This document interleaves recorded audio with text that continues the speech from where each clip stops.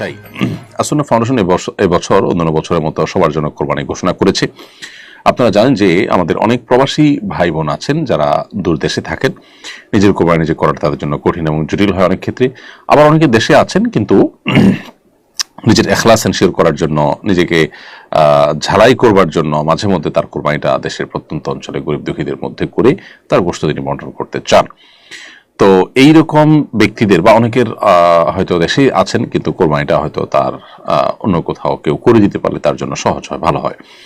তো এই সমস্ত ব্যক্তিদের জন্য আমরা আসন্না ফাউন্ডেশন থেকে প্রতি বছর কোরবানির ব্যবস্থা করে থাকি এবং এখানে আমরা যেটি করি যে আমাদেরকে যারা কোরবানি করার দায়িত্ব দেন তাদের তরফ থেকে আমরা কোরবানি করি। আর শরিয়ার দৃষ্টিকোণ থেকে কোরবানি এমন একটি ইবাদত যে ইবাদত একজন আরেকজনের তরফ থেকে প্রতিনিধি হিসেবে করতে পারে।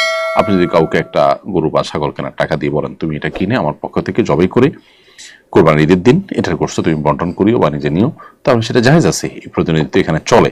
তো সেই জায়গা থেকে আসন্না ফাউন্ডেশন এটি করে আসছে। এবছর আমাদের ঘোষণা হলো একটি পরিপূর্ণ গরুতে আমাদের আনুমানিক 98,000 টাকা খরচ হবে। তো 98,000 টাকাই চূড়ান্ত করা হয়েছে যে একটা গরুতে আমরা 98,000 টাকা খরচ করবো ইনশাআল্লাহ। যদি এর কোনোটা থেকে যায়, সামান্য কিছু ফাউন্ডেশনে থেকে যাবে দান হিসাবে, আর এর বেশি যাতে না লাগে সেজন্য আমরা ওইভাবে নির্দেশনা দিয়ে থাকি।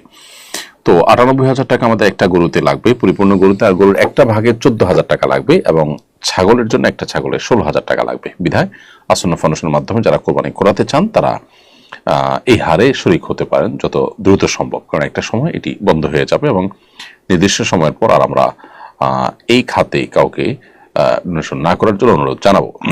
এবং এই কোরবানি পশুগুলো আমরা দেশের প্রত্যন্ত অঞ্চলে, বিশেষ করে উত্তরাঞ্চলে গরিব এলাকাগুলোতে আমরা কোরবানি করে তার গোশত বিতরণ করে থাকি।